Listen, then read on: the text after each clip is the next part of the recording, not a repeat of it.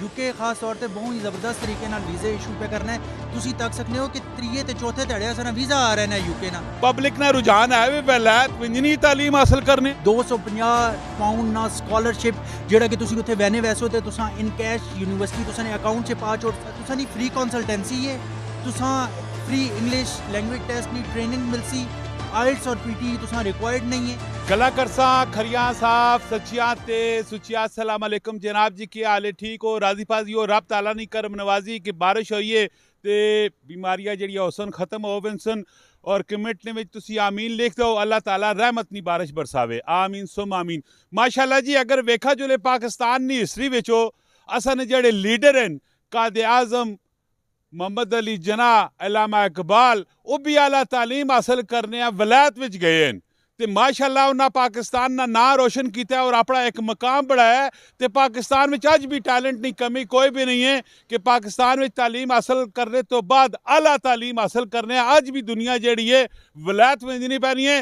दानियाल भाई को जरा पुछने पालने कि माशाल्लाह जी इन्होंने भी एक सैटअप है कोहिस्तान इनकलेव ने विचो कि आया कि आजकल भी लोग विंजने पहनन के नहीं पे विंजन कदे विंजने पहनन ती कड़िया यूनिवर्सिटियां और किस किस्म ने लोग तालीम हासिल करना है विंजन। पूरी वीडियो वेख रही कमेंट में राय भी देनी है और उसके बाद इस वीडियो का शेयर भी करना है। जी अस्सलाम वालेकुम। वालेकुम अस्सलाम। दानियाल भाई मां दसो कि आजकल पब्लिक ना रुझान है वे वलायत विंजनी तालीम हासिल करने ये जड़ा वक्त पैना पे हिस्ट्री च सब तो ज़्यादा रुझान इस वक्त लोग मूव करने पे हायर स्टडीज़ मारो यूके खास तौर पर बहुत ही ज़बरदस्त तरीके नाल वीज़े इशू पे करना है।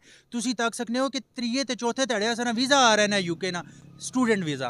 वो तो गल ठीक है वीज़ा आ भी ने, लेकिन यूनिवर्सिटियां केड़ियां यूनिवर्सिटियां स्टूडेंट्स क्लब ने पैनल ते 115 यूनिवर्सिटीज़ होन जेह्ड़ियां डायरैक्ट यूनिवर्सिटीज़ होन उन्हां दी वसातत ना तुसां नी फ्री कंसल्टेंसी है, तुसां फ्री इंग्लिश लैंग्वेज टेस्ट की ट्रेनिंग मिलसी, आइल्स और पीटी तुसां रिक्वायर्ड नहीं है और इस तरीके नाल तुसी एक महीने ने अंदर अंदर अपना प्रोसेस वाइंड अप करके तुसी जड़ा अपना यूके मूव कर सकने हो जी। Very good. ते मैं एक सही आख सच की गल दसनी है कि लोग स्टडी मारो विंजने पैन या उत्थे विंज के स्लिप हो विंजने बिल्कुल भी स्लिप नहीं होने पैने क्योंकि लोगों इस चीज़ ना बहुत ही अच्छे तरीके ना पता है कि साल बाद जो उन्होंने मास्टर्स होसी या कि BS प्रोग्राम अगर उन कंप्लीट कर सन तो वो भी उन्होंने ज़िंदगी ना एक असासा होसी, डिग्री भी एक असासा वे और अगर वो यूके नहीं होवे या किसी भी एब्रॉड कंट्री नहीं होवे तो वो भी ज़िंदगी ना असासा वे एसेट है। बिल्कुल इस कोई शक नहीं है। वैसे कितने टाइम चो तुसी इस फील्ड नाल मुंसलिक हो?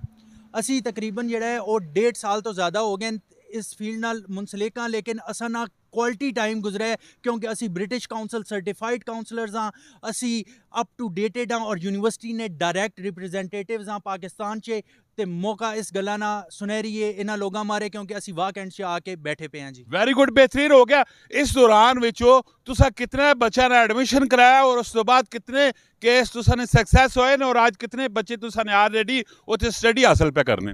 वाक एंड अटक हजरो और असी इस रीजन ने हवाले ना वेखा तो असा ने 100% केस सक्सेसफुल रहे और दर्जनों बच्चे जड़े नो इस वक्त अपने माशाल्लाह PSW तक पहुँचने वाले हैं, अपनी डिग्रीज कंप्लीट करने वाले जेडे वाक एंड तो मूव कर चुके हैं और कंपनी उन्हें वैने from very first day to last day उन्हें हमेशा सपोर्ट किया उत्थे उन्हें एयरपोर्ट्स तो रिसीव किया ने और उन्हें जड़ा कि अहने नो यूनिवर्सिटी च एनरोल करा के उन्हें जड़ा कि अहने नो पेरेंट्स का फीडबैक दिता ने।